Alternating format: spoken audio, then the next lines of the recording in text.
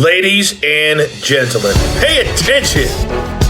This is your boy, the coach from the WWE. I would like to welcome you to the very first wrestling podcast in the world to take you on a weekly deep dive into classic matches along with legends of the squared circle.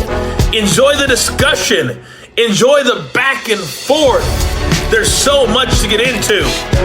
Ladies and gentlemen, this is The Payoff.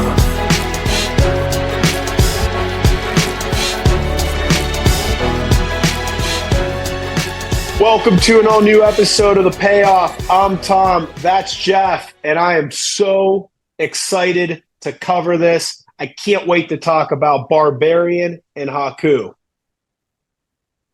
Why wouldn't you be? Faces of Fear, baby. Dude, this is going to be a good match, huh? Yeah, well, I don't know. I feel like there's a couple. I feel like there's a couple really good rocker matches out there, and I think this is one of them. Might not be the best one, but I think it's a really good one. I'm excited to cover this. Kind of like unsung, early opening match type things that we don't talk much about, but like they're really good. And I feel like this is one of them. So I'm excited to cover this. And I have a soft spot in my heart because for whatever reason as a kid, I always thought the WrestleMania 7, the way they set up the arena, I always thought it was cool as shit because it was so much different with the flags and stuff. And you had never seen that. Plus, this show has two of my all-time favorite matches on it. Macho Warrior. Okay. Yep. We'll get into the card. And then, not that it was a great match, but and I know it rubs some people the wrong way. I was 9 years old. I didn't know what the hell was going on with like Iraq. I didn't care that they were using world news in a storyline. So maybe I'd feel differently now. But at the time, I just thought it was cool as shit, right? As a kid, like good versus evil. Like to me, watching Hogan Slaughter was like watching, Superman go up against someone. So right. it didn't, I know like Meltzer, I think got super worked up over this. And it's like, yeah, but for some people, it's just entertainment, right? For that, are you going to get worked up over every movie? 24 has evil people from overseas in it. Like, so, and I know it's tough and I know everyone's got a different opinion, but for me, I thought this show was just awesome. And again, as a kid, I didn't know that it was supposed to be in the stadium and then they had to move it because tickets were slow. So it just goes to show you sometimes being a fan is a lot better than being a dirt sheet internet wrestling community insider that gets ruined by all this. Right. So anyways, I'm looking forward to cover this. Any reason in particular you picked this? Yeah, this was actually another late addition. I think you and I talked about it. We haven't really talked about it since. We don't know what's going on with Marty Jannetty.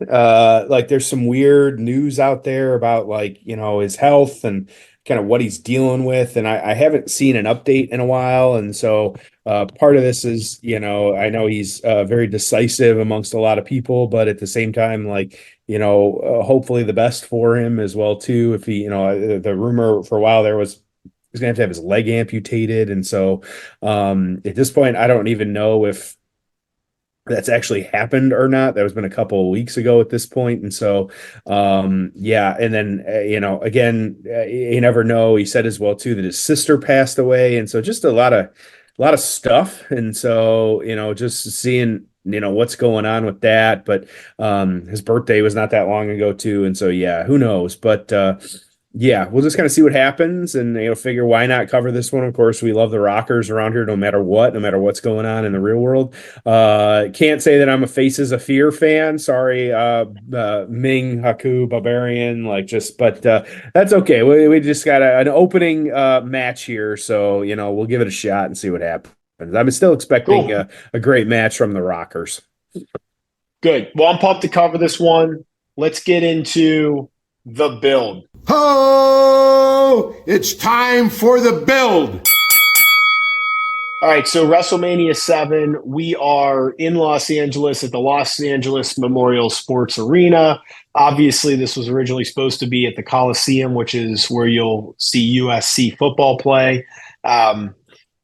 It's a shame they couldn't have filled that building. I can't imagine what it would have looked like had they been able to pull that off. And I wish they could have somehow been able to, because I mean, that building, outdoor WrestleMania, especially in this era, would have really just hit differently. And it's crazy because a year later, we're at the Hoosier Dome with a huge crowd in Indianapolis, of all places. So it's a shame they couldn't fill this.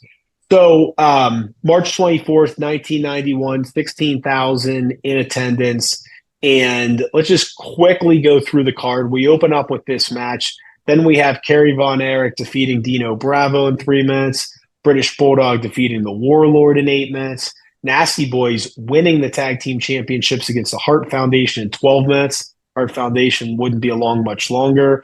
Jake Roberts defeats Rick Martel in the blindfold match in 8 minutes. Taker defeats Snuka in 4 minutes. Then one of my all-time favorite matches, Warrior defeating Randy Savage in a retirement match, just a classic. Man, I'm going to butcher this. Actually, do you have it up in front of you? Yeah. You're better at pronouncing these names than I am. Who defeated Demolition? Oh, I don't even know that one. Tenryu and Katao? I don't know. There you go. Good enough. That was a huge upset in 4 minutes. Big Boss Man's going to defeat Mr. Perfect by DQ in an IC title match. Your boy. Earthquake is going to defeat Greg Valentine in 3 minutes. Legion of Doom's going to defeat Power and Glory in 59 seconds. Virgil's going to defeat Ted DiBiase by count out in 7 minutes. Mounty's going to defeat Tito Santana in 1 minute. So, man, we have 14 matches on this show plus a dark match. 3 minutes, 4 minutes, 4 minutes, 3 minutes, 1 minute, 1 minute. Oh, and then the main event. Hulk Hogan defeats Sergeant Slaughter to win the title. Bloody Hogan holding the U.S. flag. Again, I know some people didn't like that. I loved it. I just thought the cinema of it was fantastic. So how do we get to this match?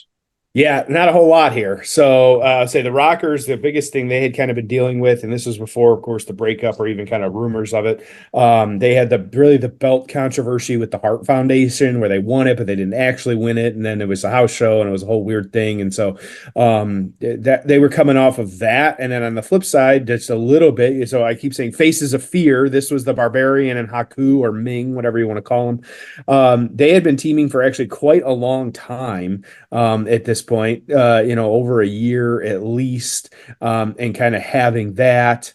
And so the managed by Bobby Heenan and as well too. So had a little bit of heat behind them as well too. Like you said, feuded with Big Boss Man. They were interfering with his matches. So there wasn't a lot there. And I think it's just, we needed a tag match to open the card. And so that's why we got this one, but yeah. Whew, all right. Well, I'm excited to cover it. I really am. We are absolutely. at the 7 minute mark of WrestleMania 7, 7 minute mark of WrestleMania 7. Jeff, are you ready? Let's do it. All right. It's time for the payoff. Ho! It's time for the payoff. All right. Man, one of my favorite rocker outfits here. It's the green kind of almost leopard print, I guess you would say, polka dots, whatever it might be, in black. Obviously, the matching outfit. Sean and Marty looking great. This is probably like peak Sean and Marty from a tag team work rate standpoint. We're opening the show up. We got the Barbarian dressed like a barbarian. We got Haku. Haku had been previously in a tag team with Andre the Giant. Bobby Heenan's managing them. Like I said, we've got this beautiful USA setup. WrestleMania is red, white, and blue, and which is kind of cool. Wish this would have been in the stadium, but we're off and running with this match. And just looking forward to it, man. This is these guys were fun to watch, and you've heard me say it on here before, but just a style that wasn't common back then. So they really stuck out for sure. Just going through some of the top rocker matches of all time. And I don't think we've ever covered this, and I think it's available somehow, but it may be like a YouTube hard one to find. Arn Anderson and Tully Blanchard, the Brainbusters against the Rockers, was 4.25 stars back in 1989. I don't know. So we had that. I'll have to look. Yeah. There was the Royal Rumble match of Kato and Tanaka. There's a couple Hart Foundation matches, and there's a lot of fun ones on here. This match is up there as well on that list. And of course, the other thing I was looking at were, obviously the last time these guys ever tagged together was the Raw match. So they beat Rob Conway and Sylvain Grenier. This was on the road to Shawn and Kurt Angle at WrestleMania. They had had the Kurt Angle Marty Jannetty match, which was awesome.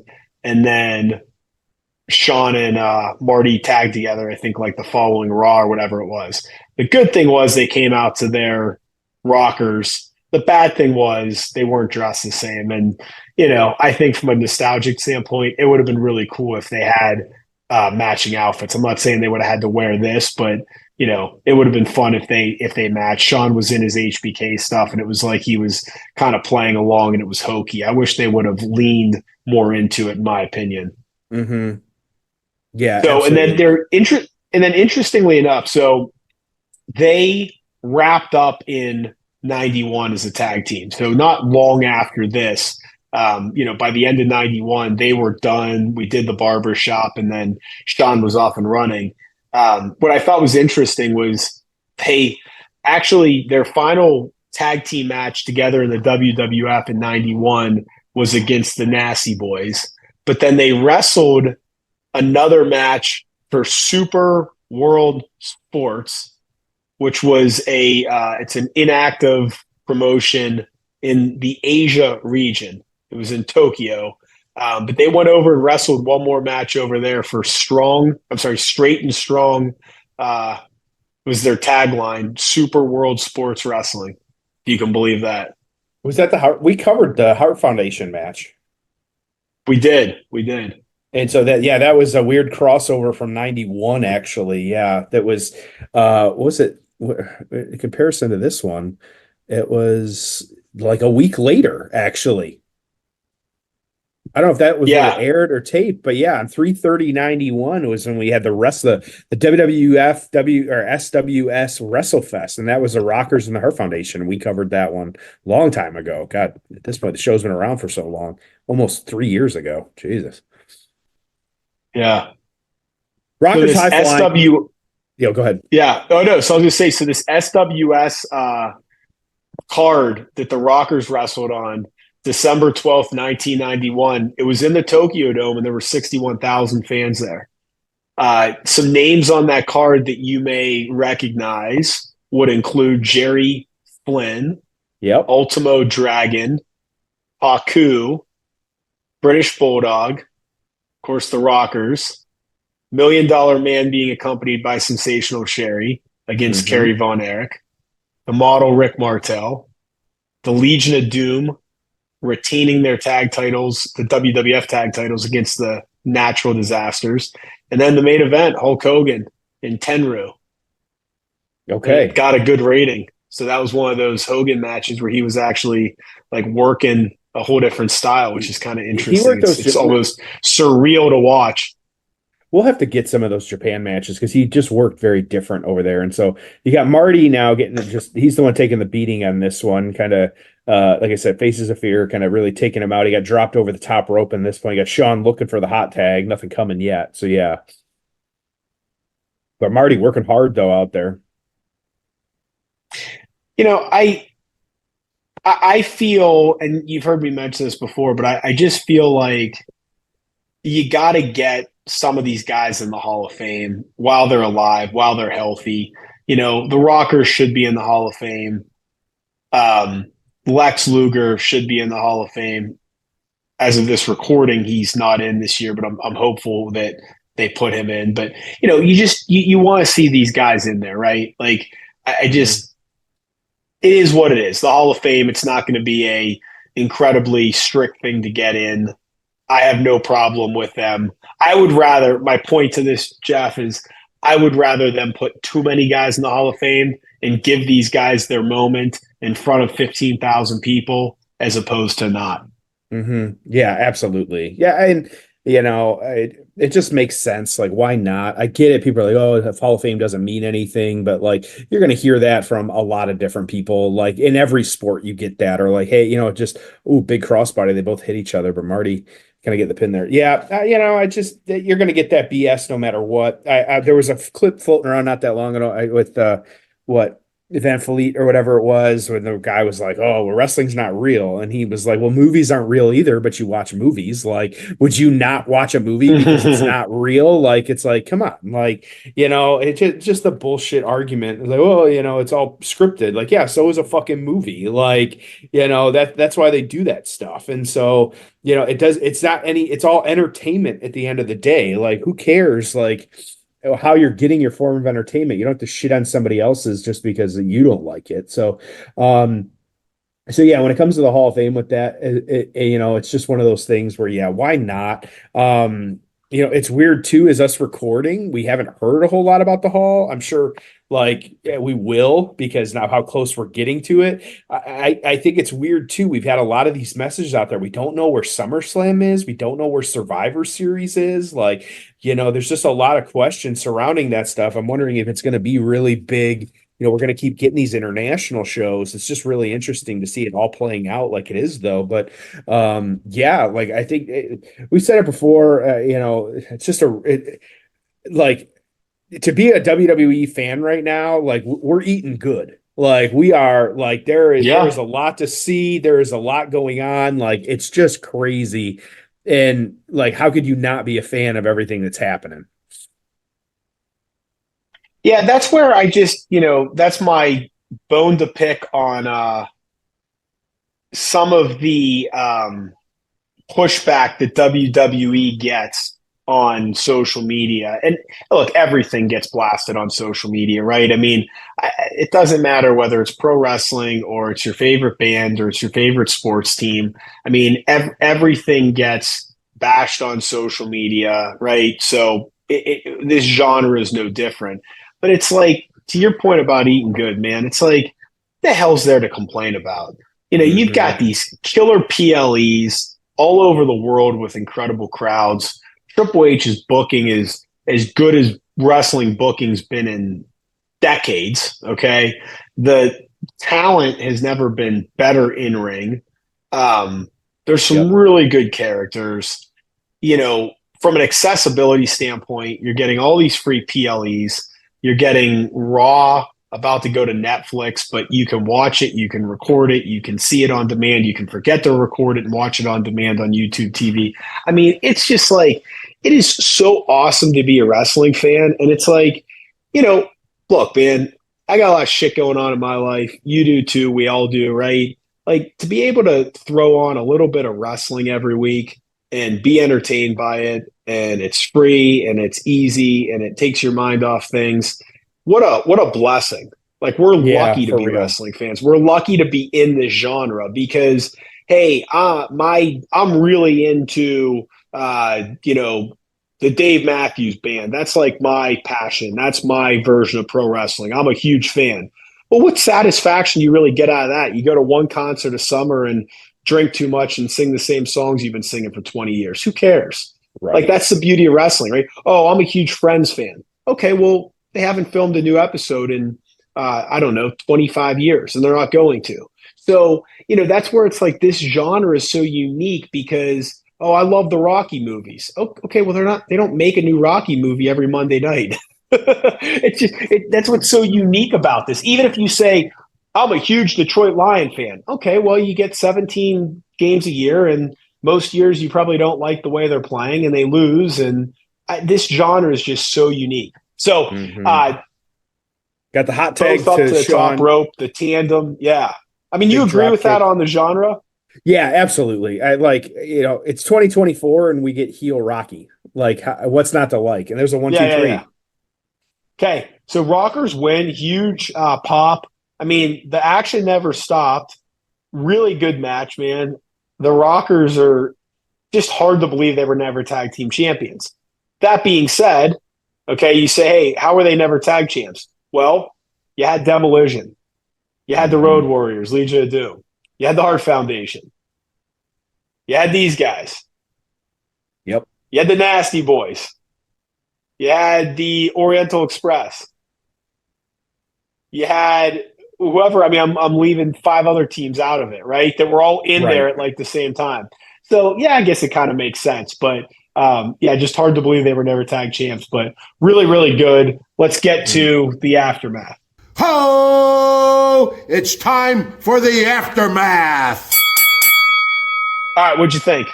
Yeah, just really good wrestling out of the Rockers. I mean, Ming and Barbarian were the kind of, vehicles for them to get the win, but still really good. As we all know, like this is when we started getting the breakup at this point. We all know how that went in the barbershop scene and stuff like that, which we had that. We also had, did you see too, what was it, the most recent NXT show where was it Trick Williams wearing the black jacket, and they said it was a callback to when Shawn was wearing the black jacket in the barbershop as well too?